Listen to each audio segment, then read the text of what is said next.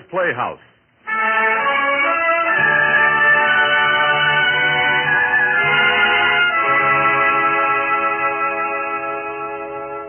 Presenting O.Henry's imperishable masterpiece, Christmas by Injunction.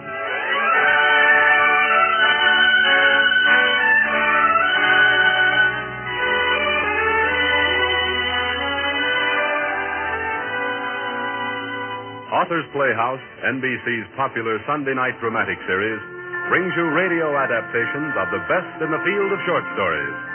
Selections from the works of those dead and living who were and are acknowledged masters of their craft. To the reader of short stories, O.Henry needs no introduction. No one knew better than he the art of holding his reader in suspense, and then, with the last few words, revealing his plot in its entirety. Rachel Lindsay wrote of him, he always worked a triple hymn surprise to end the scene and make one rub his eyes. Tonight's tale of Christmas in the winning camps of the young West is no exception. Author's Playhouse presents O.Henry's Christmas by Injunction.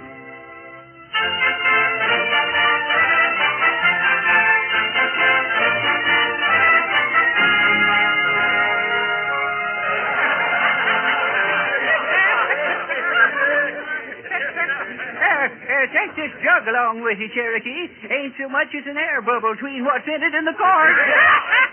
Well, thank you, sir. That's right neighborly of you.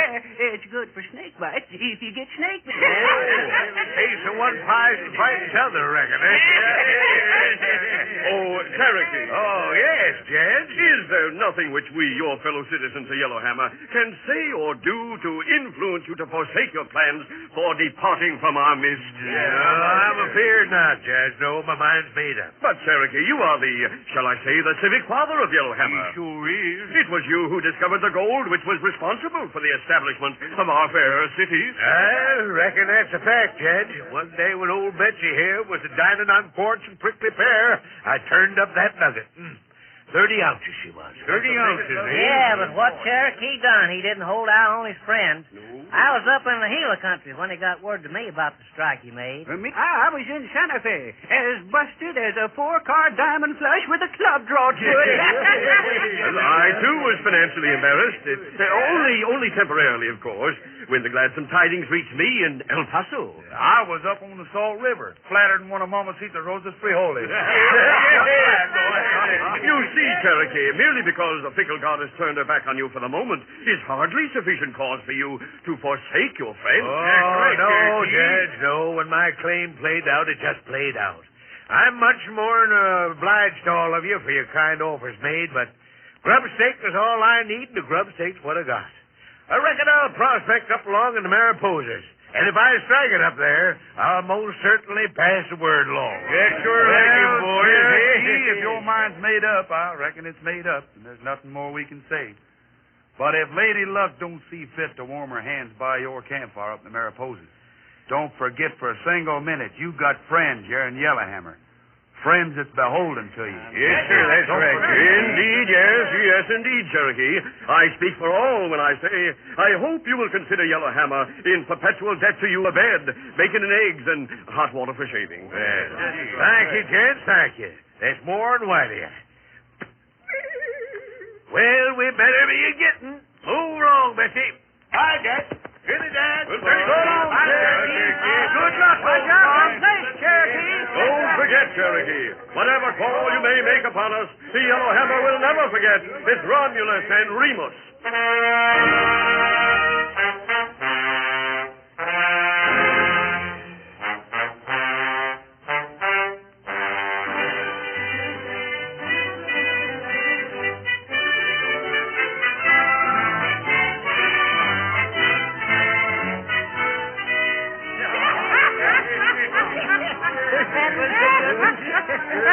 Where the bunch is getting to be. What do you make it, Jed? It is now December the 20th, gentlemen. The old year is fast approaching its inevitable descent into the limbo of things that have been. Yeah, that's right, Jed. Hey, gents, look who's here. Baldy! He just got in with the mail from Albuquerque, and he's got news of Cherokee. Baldy, you old buzzard, step up and name your poison. Don't mind if I do. When was it old Cherokee headed out for the Mariposas? Latter part of May, seems like. That's what I made it. That means Cherokee's been gone 1, 2, 3, 4, 5, 6, 7 months. Gentlemen, let us hear the welcome tidings Baldy brings us of our long-absent friend. The judge is right. Get to talking, Baldy. Well, I'll do that, gents. Well, sir, what do I see in Albuquerque but Cherokee all embellished and festooned up like the Tsar of Turkey and lavishing money in bulk? Yes, sir. And him and me see the elephant and the owl. Cherokee, he audits all bills COD. Why, his pockets loaded looked like a pool table after a 15-ball run. Cherokee must have struck payor. Yeah. Well, he's a square I'm proud for him. Seems like he'd rambled down to Yellowhammer and set up around for his friends. Seems that way. Gentlemen, let us judge not too hastily, nor harshly. Well, that's right, Judge. I'm a-coming to that. Boys, Cherokee strikes a 3-foot vein up in that Mariposa that I say is a trip to Europe to the tongue. Yes, sir. And he closes it out to a syndicate for $100,000 hasty dollars in cash. Cherokee's smart. I've seen them veins pinch out the length of a pick handle. And what do you think? Why, he buys himself a baby sealskin overcoat and a red sled. And what do you reckon he takes into his head to do next? Chuckle up. No. Bought a saloon? No. Got married. No. You gents would never guess in a million years, so I'll tell you. Well? Cherokee took me to a room and showed me. He got that room plumb full of drums and dolls, skates and bags of candy and jumping jacks and whistles and such infantile truck. He's went soft-headed. That's what he's done. Pray continue, Baldy. We're all ears. Well, sir, he's a-going to load up in his red sleigh. Now, wait a minute. Don't order the drinks yet.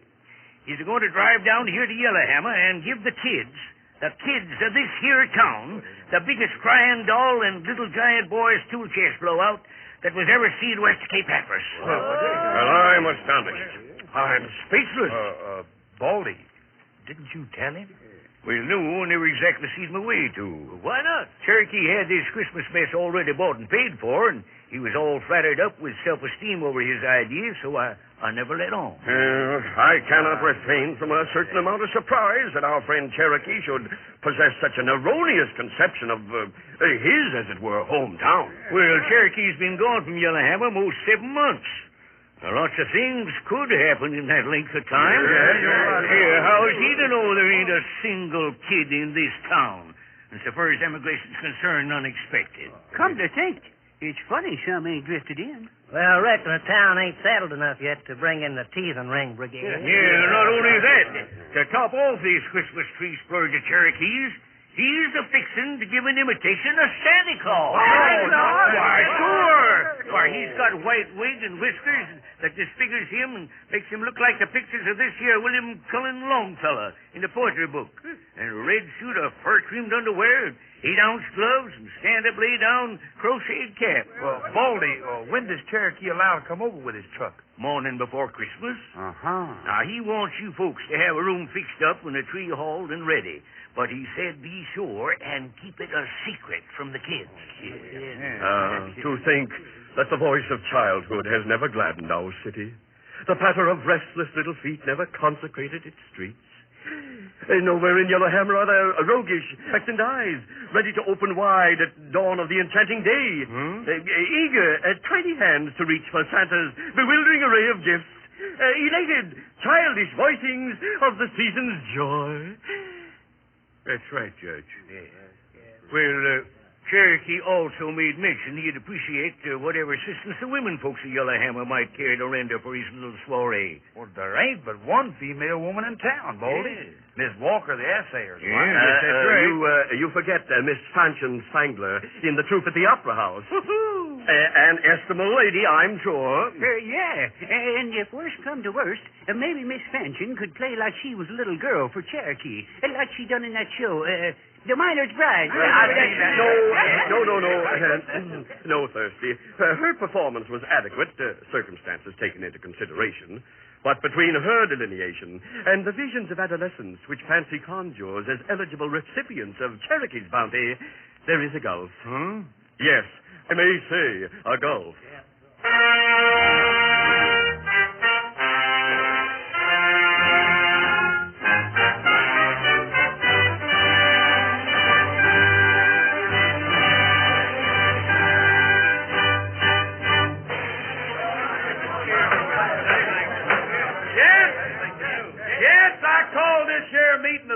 citizens of Yellowhammer for a mighty special reason. Well, what is it? Well, it'd be a disgrace to Yellowhammer if it throwed Cherokee down on his Christmas tree blowout. That's right. Yeah. That's right. Well, as for me, I'm going to see what can be done to give Santa Claus a square deal. Yes, that's right. Where we get it? My cooperation would be gladly forthcoming, Trinidad. Thank you, Judge. But I do not see, frankly, heretofore I have regarded the absence of children rather as a luxury. But in this instance, still I do not see... Look at me, Judge, and you'll see old ways and me's with fur on. With the fur on. I'm going to hitch up a team and rustle a load of kids for Cherokees down the chimney act if I got a robbing orphan aside. Splendid, Trinidad, a splendid thought. I will accompany you. Wiley Wilson and his old lady that's homesteading down Wild Horse Canyon has got a whole passel of kids. Why, they could loan out a couple or so and never know they was gone. That's They right. Yeah, and don't forget the widow Singletary over towards Wildcat Crossing. When old man Singletary cashed in his chips last summer, he left hers anyways a dozen or so young'uns, sorted sizes and ages. Well, why can't we use all of them, eh? Have no fear, gentlemen. When Trinidad and I return, we shall be accompanied by a bevy of laughing, carefree children. If the mountain refuses to come to Muhammad, behold, Muhammad will go to the mountain. That's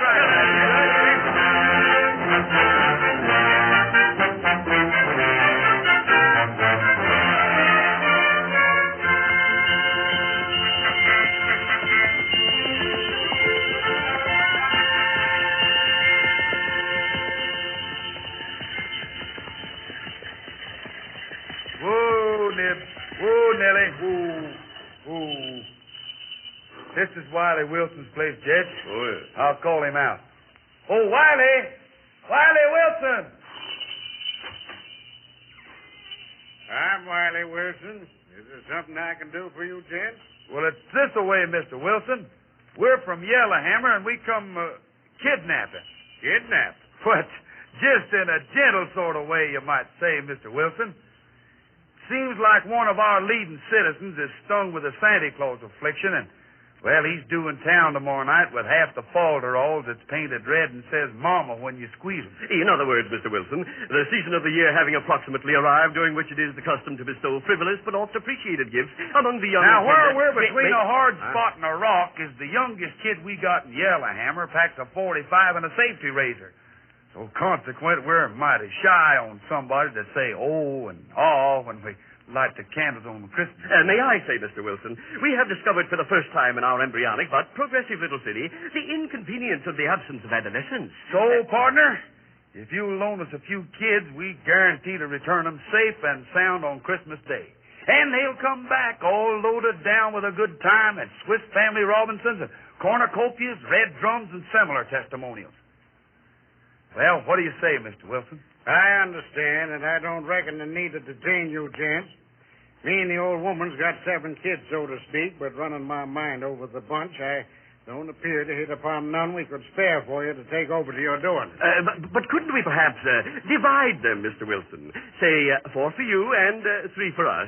We should be happy to accept the leavings. There ain't no leavings, gents, and they're yourn. Oh, me. No, gents, thank you kindly, but I can't seem to fall in with the idea of letting none of them go.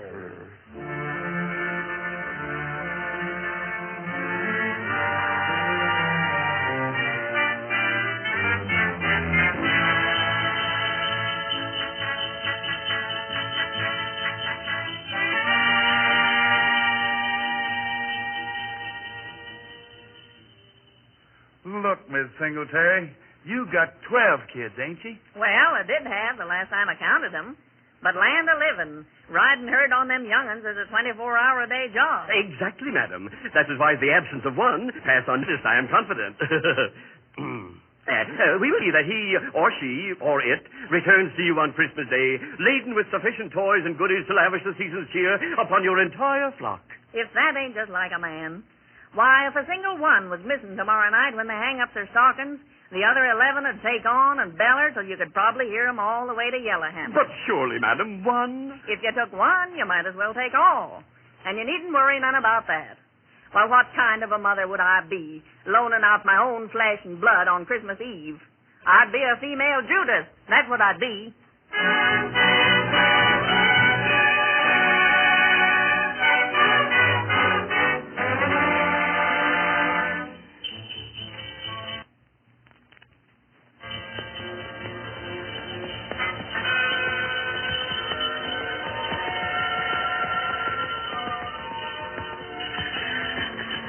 Jed, the further we go, the worse it gets.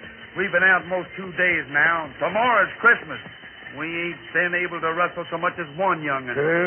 Situation is indeed becoming critical. It's beginning to creep on my faculties that borrowing kids at Christmas is something like trying to steal butter from a man that's got hot pancakes a-coming. Trinidad, what is yon abode? Oh, that's where Juan Fernandez lives.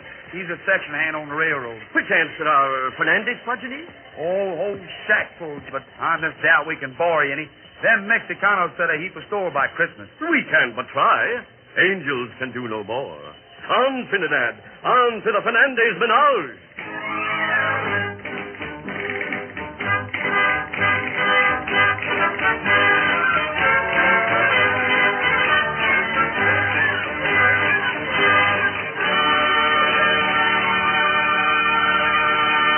Buenas tardes, Juan. Oh, buenas tardes, senor. Juan, we was just wondering if you'd let us borrow one or maybe two of them muchachos of yours. You mean to take los niños? Well, just for the night. We'll bring them back tomorrow, safe and sound. And nobly enriched in material possession. No, señores. Madre de Dios. Conchita, she will kill me if todos los niños are not here for Navidad. All right, Juan. We'll just leave it go at that. Do you know anybody around here that's got from one kid on up for hire or borrow? This senora, she's come last week where the railroad mans they eat. She have one muchacho.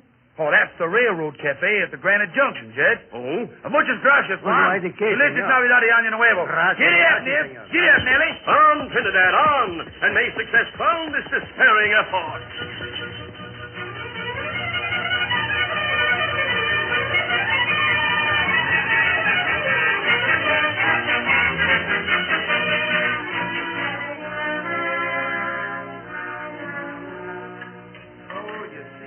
That's why we'd be mighty proud if you'd let him take it. And you may place the utmost trust in our integrity, madam. I'd count it a mercy if you would take Bobby for a while. I'm on the go from early morning until late at night, and I don't have time to tend to him. He's learning bad habits from the men, too. It'll be the only chance you'll have to get me Christmas. Bobby. Oh, Bobby. What do you want? Come on in, Bobby. These gentlemen want to talk to you. All right. Tell them to keep their shirts on. That's a good boy, son. Not going to snow off your boots. Here are the gentlemen that want to talk to you. What do they want? Well, it's like this, Bobby. Over in Yellowhammer, we got our Christmas tree that's all lit up like our country church.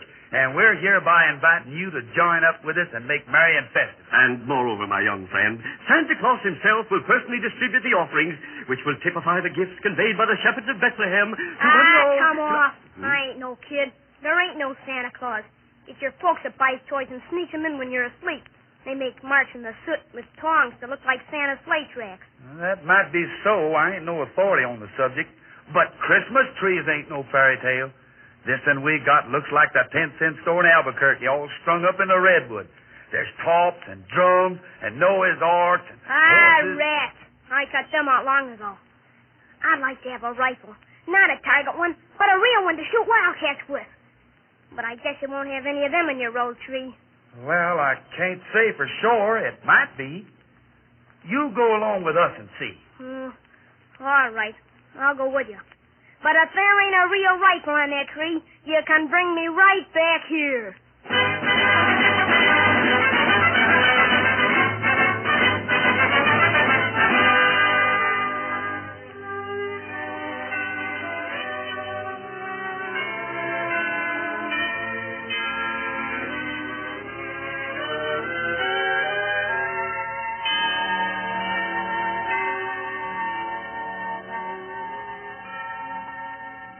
Well, Cherokee, there's a tree all trimmed up and just waiting for Santa Claus and his reindeers. Well, say, it's right pretty, Miss Walker.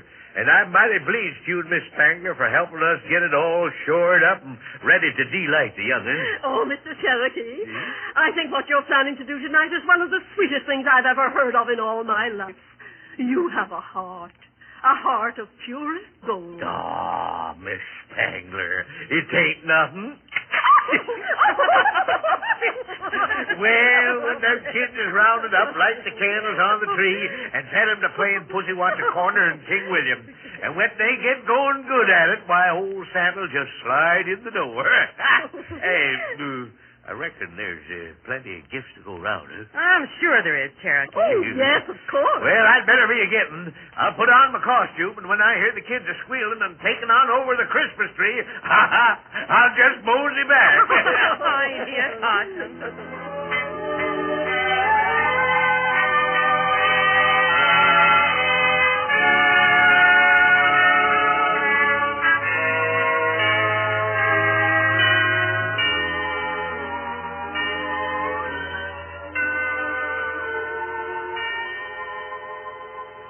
It's the most beautiful tree I've ever seen. It is pretty, ain't it?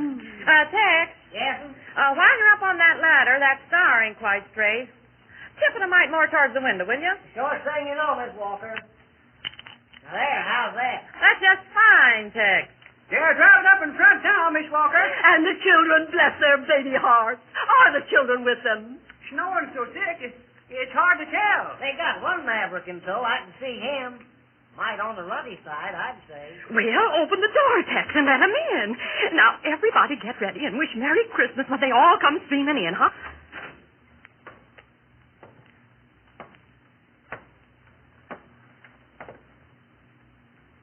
Shucks. I've seen fancier Christmas trees than that one lots of times. Kennedy. Dead. Where are all the other children? Well, ma'am, prospecting for kids at Christmas time is like hunting in limestone for silver. This here young bothead, ma'am, is all that washes out of our 2 days' maneuvering. Oh, the sweet little boy. Ah, shut up. Who's a kid? You ain't, you bet. Fresh little imp. May I say that we exerted ourselves to the utmost, but results were nil, or practically so. Me and the judge, we done the best we could. It's tough on Cherokee, but it can't be helped. Everybody get ready. Here comes Santa Claus now. Hey, There he comes. Whoa, Dancer. Whoa, Prancer. Whoa, Duggar and Melissa. Santa's telling his reindeer to stop. Don't give me that. Reindeers live in Alaska. I'll bet 2 bits against a plug of chewing tobacco. All those are a team of mules or horses. Prepare for the entrance of Chris Bingle. Swing wide the portal text that the jolly St. Entrance may be unimpeded. Merry Christmas, everybody.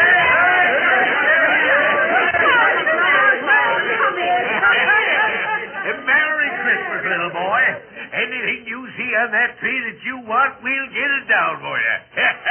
Won't you shake hands with Santa Claus? There ain't no Santa Claus. You just got on old billy goat whiskers in your face.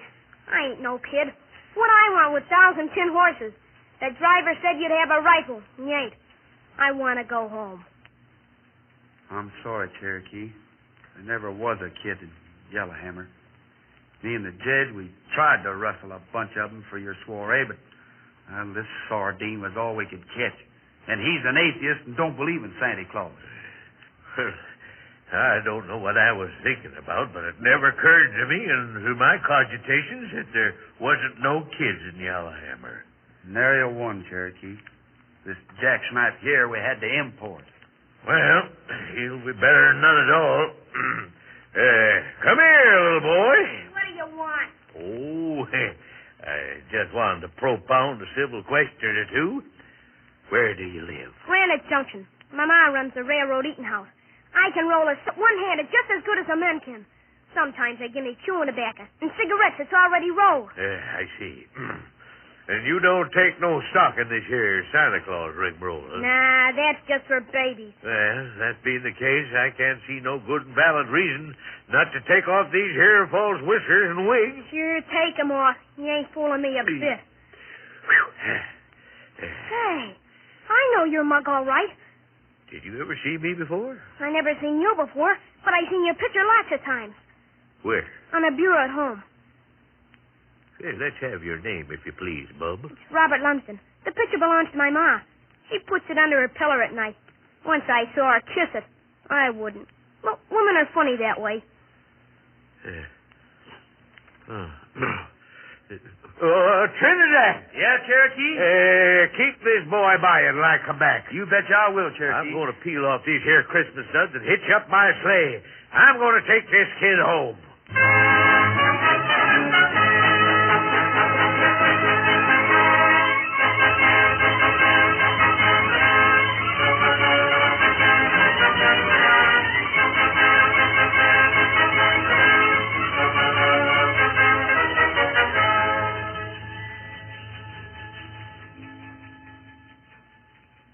Got a match? Yep. Oh, powerful. How about slip me one? What for? What for? To light this cigarette. Throw that cigarette away. Yes, sir. Throw the whole package, too.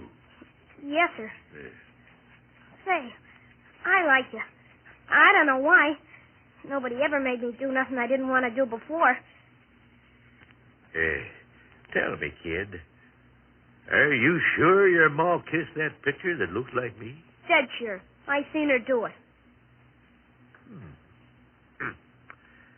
Didn't you remark some time a spell back that you wanted a rifle? You bet I did. Will you get me one? Tomorrow? Silver mounted. Gee!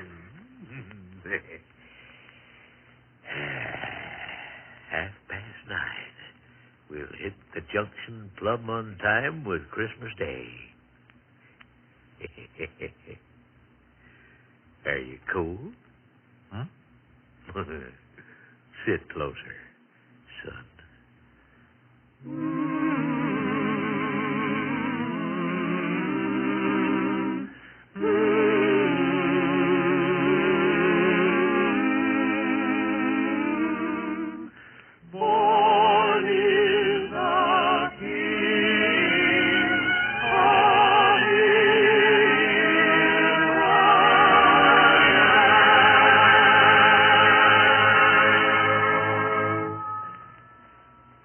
You have heard Christmas by Injunction, one of O.Henry's greatest short stories, especially adapted for Author's Playhouse by Jack Mitchell.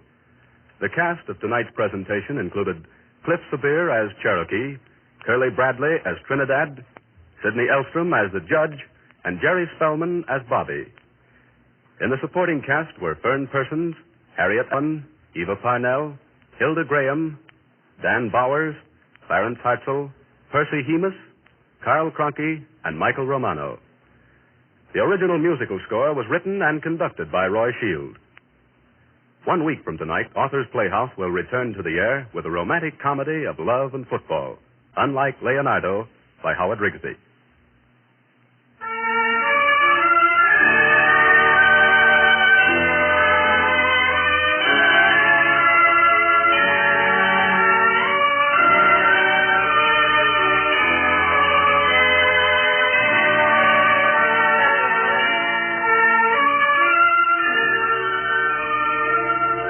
Author's Playhouse originates in our Chicago studios as a Red Network presentation of the National Broadcasting Company.